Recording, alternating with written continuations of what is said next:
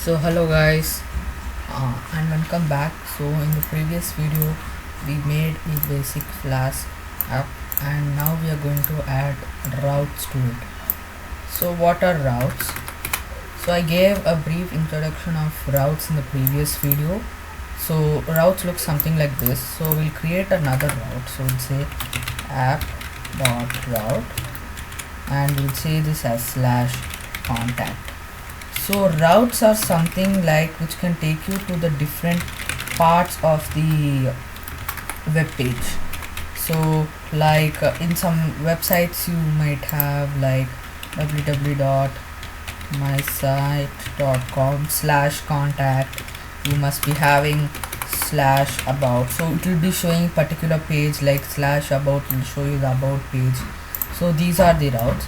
So we'll create a route called /contact. So we should have a slash before naming the route. So we'll say contact and we'll just return some HTML content, that is h1, and we'll say contact page and close the tag. Okay, so I'll just save it and you can see that it reloads on its own. So now instead of just staying in the normal URL, we need to go to /contact. Okay, so you can see that it shows us this contact page which was written here. We can create n number of routes, like I will create another route like /about, and I will say create a function about, and I will return about. It's not necessary to every time return h1. I am returning so that it looks visible and clean.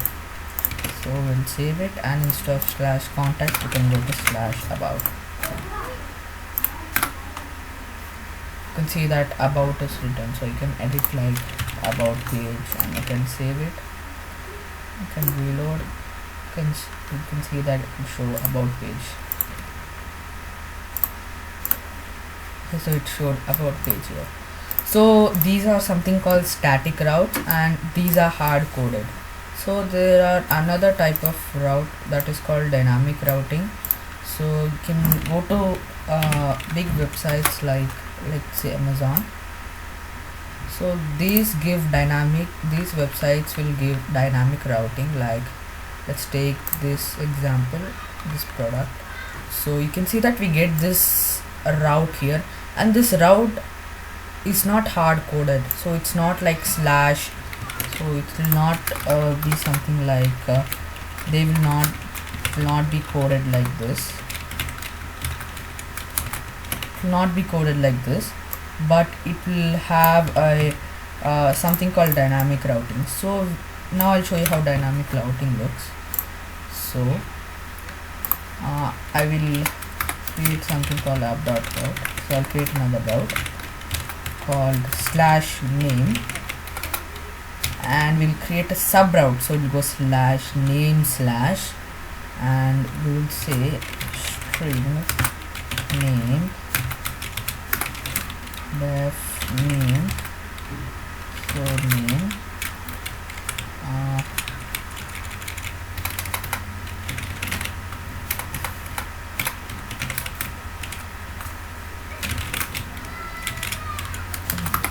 return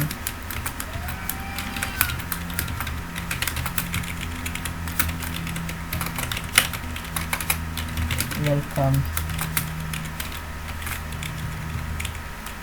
dot format.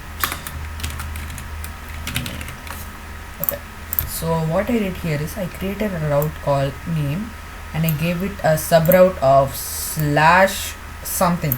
So this /string name will take any string. It will take any string data which is coming in, and I'm storing the string data in the variable called name, and I'm passing the variable to the function which is then returning us the h1 name. So instead of format we can use a string. It will look more easier, so we can something like name. So now I'll, instead of slash about, I'll go slash name slash code with Harish. So if I enter, you can see that it's saying welcome code with Harish, because we have satisfied this route by saying slash name, which we have given here, slash name, and slash the string. So this can be any string, like can give any string like test person, and you can see it says welcome test person. So like that we can give string here. So for example, now I did slash name and I didn't put anything. So says that URL was not found because Flask wants the URL as it is, so it wants all this condition satisfied, otherwise it will return us the Flask 404 page. So this is a default 404 page. So we'll discuss in the another videos how to create our own custom 404 pages. So we have to satisfy all conditions like slash name slash Harish. So we can add more dynamic routing to this by adding another sub route and saying instead of string, this will be an int, and we'll take it as ID. You can give whatever name as the variable, but make sure that this and this are same. Then after that we'll return welcome name, your ID is ID. So I'll save this now. Instead of slash name slash Harish, I'll do 1. So let's wait. I think it's not reloading. Yes, it's reloaded. So it's saying welcome Harish, your ID is 1. Now if I don't give ID, you can see that it's showing URL not found, because all the condition has to be satisfied, like slash name slash string and slash ID. So everything should be satisfied, then only this function will run and all these values will be taken and passed through.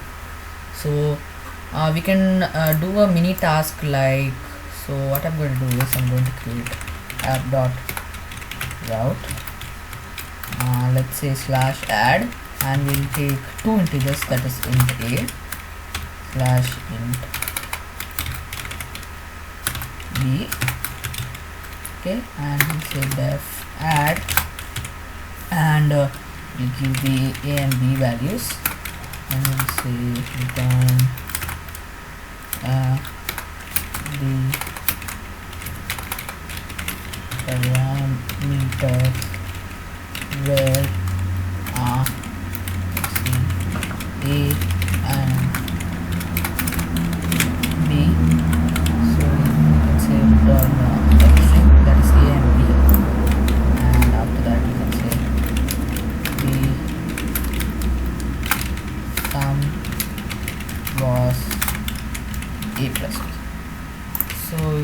So what we have done is we have created a route which is slash add, and it takes a sub route of an integer and another sub route of an integer, and it just adds this integer and gives us. So we can go here and say slash add slash 1 slash 1.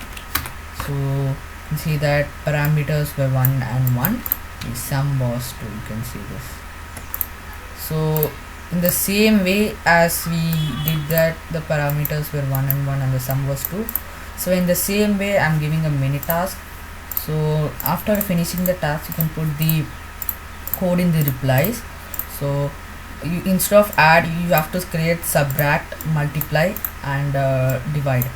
So I hope you like this video. Please subscribe to my channel to support my content. See you in the next video, and bye bye.